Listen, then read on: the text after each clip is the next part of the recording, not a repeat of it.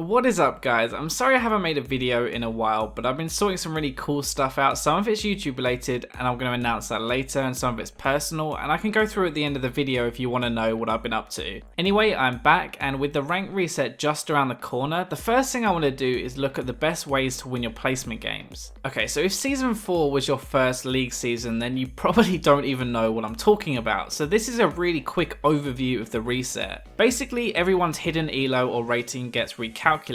You then get put back to unranked and have to play 10 placement games to get assigned a new league. Who you'll be playing against and with depends on where you were before. In reality, you're basically going to be playing with the same people just below and also above you where you were before the reset happened. Now after 10 games you'll be placed into a new league, probably lower than where you were before, and then the grind starts again to climb back up. The really important thing is that these 10 games carry a really big plus or minus to your MMR or your matchmaking rating, so they will have more of an impact on your rating than any of your games afterwards. Alright, so that's how it works. Now this is how you win them. I've been playing since Season 1, I've done placements like 3 or 4 times, and these are all things that I do to increase my chances of winning them. So first off, what should you play? Well, you can play the OP stuff at the moment if you're good with them, but in general, you want to play your best champions. Don't mess around with counters, good matchups, just play what you are comfortable on and aim to win your lane. For placements, you should really be able to play 2 or 3 roles and at least 2 champions in each of those roles. This is going to give your team enough flexibility to put everyone in roles that they can play well, and if your main role is taken, you still have other options where you'll be having an impact in the game.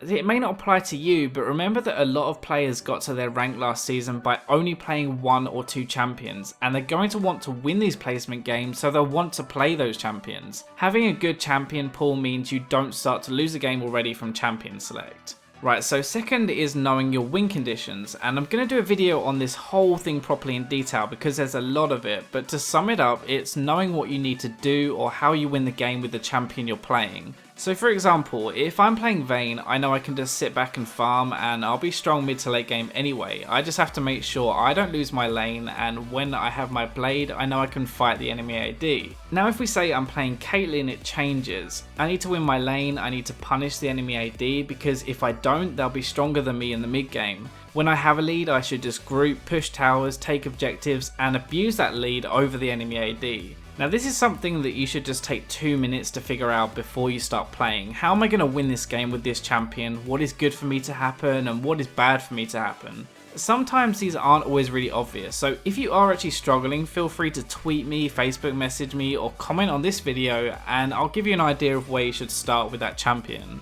Now in my opinion, this next one is the most important, and that's Dragon. Now the Dragon changed a lot in Season 5, but the part we're thinking about now is the 5th time you take it. It's just so important. If you're winning, it's an easy win with the 5th Dragon buff, and if you're losing but can steal or take dragons, then it's an easy comeback. In all the games I've played in the preseason, I don't think I've ever seen a team with 5 dragons lose a fight. The buff is just ridiculous. So if you're ever stuck on what you should do next, if the enemy is sitting in their base wave clearing, then you can just keep taking dragons and eventually you're going to win the game anyway.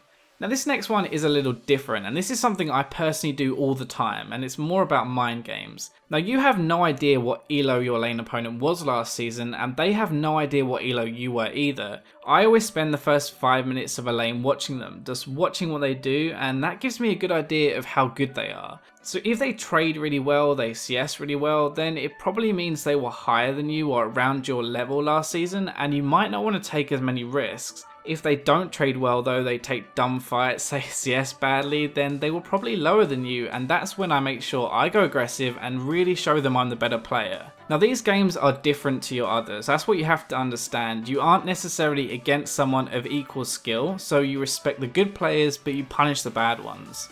Now this last thing is a little bit cheesy, I will admit that, but it's to remember that it's a team game in Champion Select. Like, you have to win with the team you're given. If someone is a one-trick pony who can only play one champion, then it's probably better to give them that champion and stand the best chance of winning. If you can play multiple roles to a good level, then try to accommodate your teammates and let them have their roles. Now this really only applies if you can play multiple roles. You still want to be playing your best, and if you can only play 2 roles and one of them is taken, then just say nicely that you can only play that role left and you're terrible in the others.